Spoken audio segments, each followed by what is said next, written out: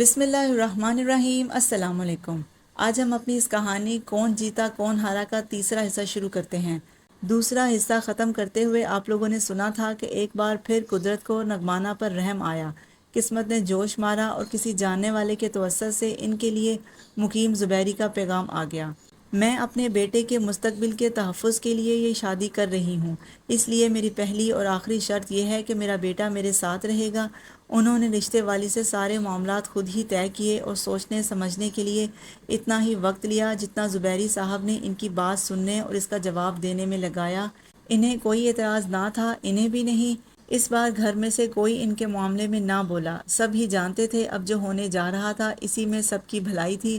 بھابیاں البتہ کچھ جلی جلی سی تھیں، بقول ان کے نگمانہ نے ایک بار پھر میدان مار لیا تھا۔ مقیم زبیری کے حالات نگمانہ کے پہلے شوہر کے مقابلے میں کہیں بہتر تھے، اور بہت ارمانوں سے نہیں مگر بہرحال عزت و احترام سے انہیں بیاہ کر لے گئے۔ ان کی پہلی بیوی سے 2 بیٹیاں تھیں، بڑی سندل اور چھوٹی قندیل۔ لڑکیوں نے ستیلی ماں کو آسانی سے قبول بھی کیا اور ایڈجسٹ بھی۔ نگمانہ بھی دل کی بری تو بہرحال نہیں تھیں، انہوں نے لڑکیوں سے سگی ماؤں جیسا التفات نہیں برتا تو ستیلیوں والا سلوک بھی نہ کیا۔ وہ بیاہ کر اپنے نئے گھر میں آئیں تو مالکانہ حقوق کے احساس نے انہیں پہلے سے بڑھ کر تقویت بخشی اور وہ دل و جان سے گھر اور گھر کے انتظامات سنبھالنے لگیں۔ اکلوتا بیٹا فاخر جو ان کی تمام امیدوں اور تمناؤں کا مرکز تھا، پہلے سے زیادہ توجہ پانے لگا۔ مقیم زبیری نے نگمانہ بختاور سے شادی بھی اس لیے کی تھی کیونکہ انہیں اولاد نرینہ کی خواہش تھی۔ ان کی خواہش پوری کرنے کی خوشی میں نگمانہ بھی ان کی توجہ اور محبت کی حقدار ٹھہری۔ نگمانہ کی آنکھوں کا تارا تو تھا ہی فاخر۔ یوں دونوں بیٹیاں سندل اور قندیل کب کہاں اور کس طرح نظر انداز ہونے لگیں۔ نگمانہ اگر بھانپ بھی گئی تھی تو خاموش ہی رہیں، کیونکہ انہیں فی الحال اپنے سالوں سے ذرا ذرا سی چیزوں کو ترستے بیٹے کے ارمان پورے کرنے کا بھرپور جوش چڑھا تھا۔ رہ گئے مقیم زبیری تو وہ سیاہ و سفید کا مالک نگمانہ کو بنا کر خود اپنی نوکری میں گم ہو گئے۔ سنیے، میں تو سمجھتی تھی کہ آپ کی پہلی بیگم کے پاس کافی زیورات اور جائیداد وغیرہ ہوگی، مگر یہاں تو کچھ بھی نہیں۔ مقیم زبیری سیدھے سادے نوکری پیشہ آدمی تھے، نوکری بے شک بہت ٹھاٹ والی سہی، مگر لینڈ لارڈ تو وہ بھی نہ تھے، اور یہ ان کی سادہ فطرت تھی کہ آفس سے معاملات کو سادگی اور خوش اسلوبی سے حل کرنے والے مقیم زبیری نگمانہ کے لہجے میں چھپے تاثرات کو پہچان نہ سکے، نہ شک کو، نہ ناگواری کو، نہ مایوسی کو۔ حالانکہ آپ کی تنخواہ تو اتنی گئی گزری نہیں، ہاں لیکن اخراجات بھی تو دیکھو، اور جو تھوڑے بہت زیور وغیرہ تھے بھی تو وہ عافیہ اپنی زندگی میں ہی بچیوں کے نام کر کے لاکر میں رکھوا گئی۔ اصل انکشافات تو اب ہو رہے تھے۔ مقیم زبیری کے پاس سیونگ کے نام پر چند پرائز بانڈ تھے اور بس۔ ان کی خوشحالی صرف اور صرف حال پر مبنی تھی۔ عجیب آدمی ہے، پیسہ محفوظ کرنے کا کوئی خیال ہی نہیں۔ گھر کے اخراجات بھی تو آسمان کو چھو رہے ہیں۔ امی، فاخر اب اتنا چھوٹا بچہ نہیں رہا تھا۔ انہوں نے چونک کر اسے دیکھا اور پھر ان کا ذہن تیزی سے تانے بانے بننے لگا۔ وہ پچھلی زندگی بھگت کے آئی تھی، انہوں نے عروج و زوال دونوں سورج ڈوبتے ابھرتے دیکھے تھے۔ وہ نہیں چاہتی تھیں کہ زندگی انہیں ایک بار پھر انہیں اسی طرح پٹک دے۔ اس بار انہیں بہت سوچ سمجھ کر سوچی سمجھی حکمت عملی کے تحت چلنا تھا۔ گھر کے نظام میں بہت تیزی سے ایسی تبدیلیاں آئیں کہ ان کے بیٹیوں کے منہ کھل گئے، اور اس کی ایک وجہ شاید یہی تھی کہ سگے باپ کی آنکھیں گھر کی طرف سے مکمل طور پر بند ہو چکی تھیں۔ بہت بچپن سے دونوں بہنوں کے الگ الگ چھوٹے سے بیڈ روم سیٹ تھے۔ 2 بیڈ روم مطلب ڈبل خرچہ، 2 اے سی، 2 پنکھے، 2 لائٹیں، اور تو اور مستقبل قریب میں شاید 2 کمپیوٹر بھی۔ ابھی یہ ان کی عمر سے بہت زیادہ ہے، سندل میٹرک میں ہے، اور یہ عمر الگ بیڈ روم اور الگ کمپیوٹر جیسی سہولت کے لیے بہت خطرناک ہے۔ کچا ذہن ہے اور پتہ نہیں کیا کیا۔ بیڈ روم ایک ہو گیا، اے سی بھی ایک ہو گیا، ایک ڈبل بیڈ، ایک وارڈروب، ایک رائٹنگ ٹیبل، دوسرے کا سارا سامان خود بخود فاخر کے قبضے میں چلا گیا۔ قندیل نے اتنا نوٹ نہیں کیا، وہ چھوٹی تھی مگر سندل بڑی تھی، اس کا بیڈ روم بھی بڑا تھا اور اصل میں وہی اس کے تصرف سے چھینا گیا تھا، سو اس کا کرنا بجا تھا۔ کچن ڈائننگ ٹیبل کے صاف ستھرے کور کے اوپر پچھلے پلاسٹک کے نیچے راتوں رات نگمانہ کے ہاتھ سے لکھا ایک ٹائم ٹیبل اور کھانے کا چارٹ نمودار ہوا۔ آئندہ سے کھانے اس شیڈول کے مطابق پکیں گے، انہوں نے فیصلہ صادر کیا۔ ویسا ہی شیڈول یا چارٹ یا جو بھی کہہ لیں، کچن کے داخلی دروازے پر بھی چسپاں تھا۔ یہاں بھی سندل باشعور تھی، اس نے بطور خاص نوٹ کیا کہ جنک اور فاسٹ فوڈ کے علاوہ گوشت اور چائنیز آئٹم کی اس ٹائم ٹیبل میں شدید کمی تھی۔ ہاں، سبزیاں اور طرح طرح کی پتلی بھنی مسالے دار دالیں ضرور تھیں۔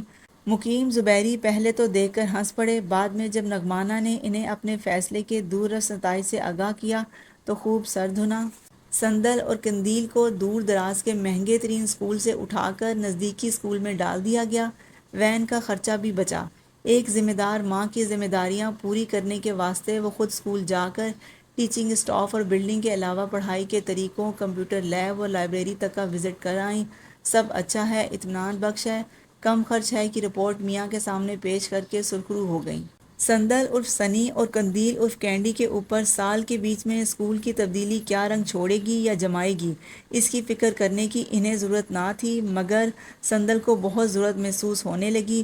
گھر کے انتظام کو گہری نگاہوں سے دیکھنے لگی اور تب یکے بعد دیگرے ہونے والے انکشافات نے نہ صرف اسے حیرت زدہ کیا بلکہ ان کی تکلیف نے اسے خود بخود نگمانہ سے دور بھی کر دیا۔ فاخر کا داخلہ شہر کے سب سے مہنگے اور بہترین اسکول میں کروایا گیا اور ایک انتہائی مہنگا ٹیوٹر بھی رکھا گیا، جبکہ ان دونوں بہنوں کو مقیم زبیری خود ہی پڑھاتے تھے۔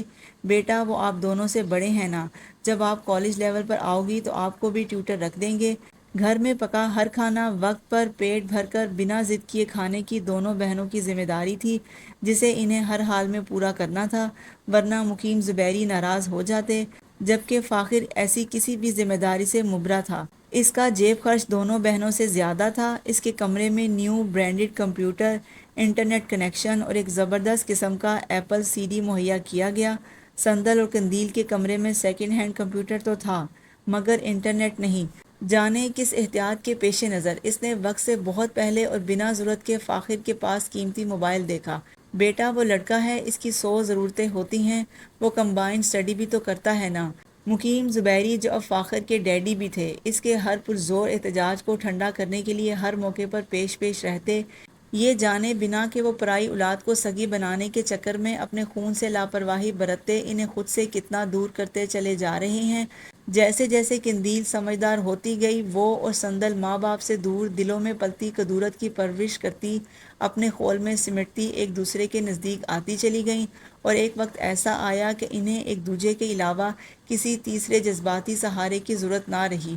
ہاں، لیکن مالی سہارے کے لیے اب وہ باپ کے بجائے ماں کی محتاج تھیں، اور ماں تھی تو مگر سوتیلی۔ ناگہانی اگر بتا کر آئے تو ناگہانی کہلائے کیوں؟ یہی ان کے گھرانے کے ساتھ ہوا۔ فاخر جو سگے باپ سے بڑھ کر محبت کرنے والے سوتیلے باپ اور سگی ماں کی محبتوں اور توجہ کے سائے میں پلا بڑھا، بجائے ان کی امیدوں پر پورا اترنے کے، دونوں کے ہی اس کے مستقبل کے بارے میں دیکھے گئے خوابوں کو ایک ایک کر کے چکنا چور کرتا چلا گیا۔ وقت بے وقت اس کی خالی ہتھیلی ماں کے آگے پھیلتی اور وہ بہت چپکے سے اسے بھر دیتی۔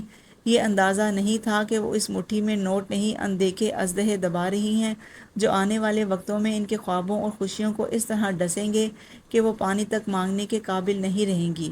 سالہ سال کی بنائی گئی عزت اور آفس کی ریپوٹیشن اس دن خاک میں ملی جب مقیم زبیری پر ان کے کسی بدخواہ افسر نے غبن کا الزام لگایا۔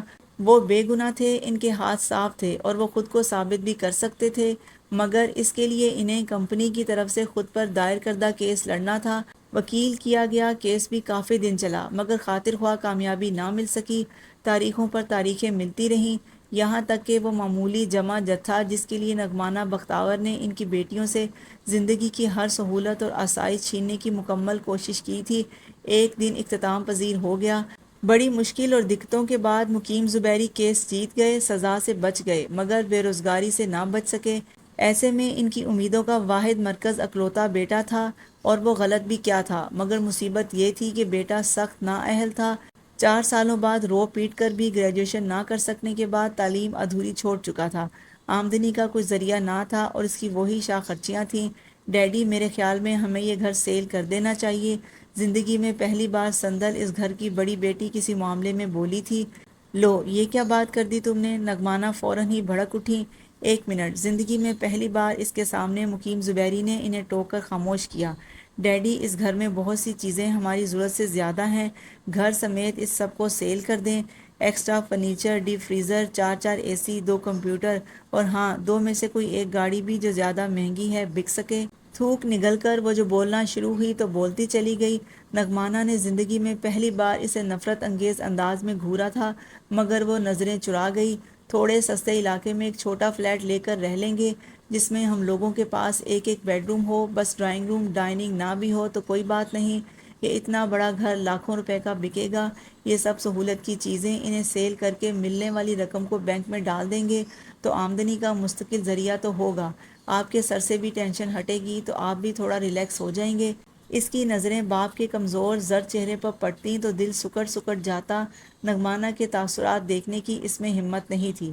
بگڑتے مالی حالات سے انہیں کوئی سروکار نہ تھا، انہیں صرف اس طرز زندگی کے چھن جانے کا خوف تھا۔ اس سے پہلے کہ سندل کوئی اور خوفناک تجویز پیش کرتی وہ جھٹکے سے اٹھیں۔ سندل اور مقیم زبیری نے بیک وقت انہیں دیکھا۔ سندل کی بات ادھوری رہ گئی تھی۔ میں آپ کے لیے کچھ کھانے کو لاتی ہوں۔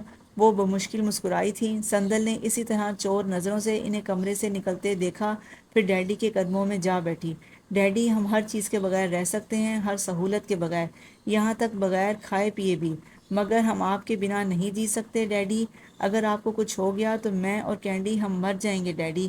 وہ بالکل اچانک بلک اٹھی اور اسے خود میں سموتے ہوئے مقیم زبیری نے سوچا، میری بیٹیاں اتنی بھی بے خبر نہیں جتنا میں نے سمجھا تھا، اور بے حس تو خیر بالکل نہیں۔ کیس کی تاریخوں کے دوران ہی انہیں ہلکا پھلکا انجائنا کا پین شروع ہوا تھا جو انہیں مستقل دل کے عارضے میں مبتلا کر چکا تھا، اور وہ یہ سمجھتے تھے اس بارے میں سندل اور قندیل انجان بھی ہیں اور انہیں ان کے مستقل کمزور پڑتے وجود سے کوئی دلچسپی بھی نہیں۔ اپنی اس ناقابل فراموش اور دل سوز کہانی کا تیسرا حصہ آج یہی ختم کرتے ہیں۔ یقیناً آپ کو اچھا لگ رہا ہوگا، ضرور بتائیے گا۔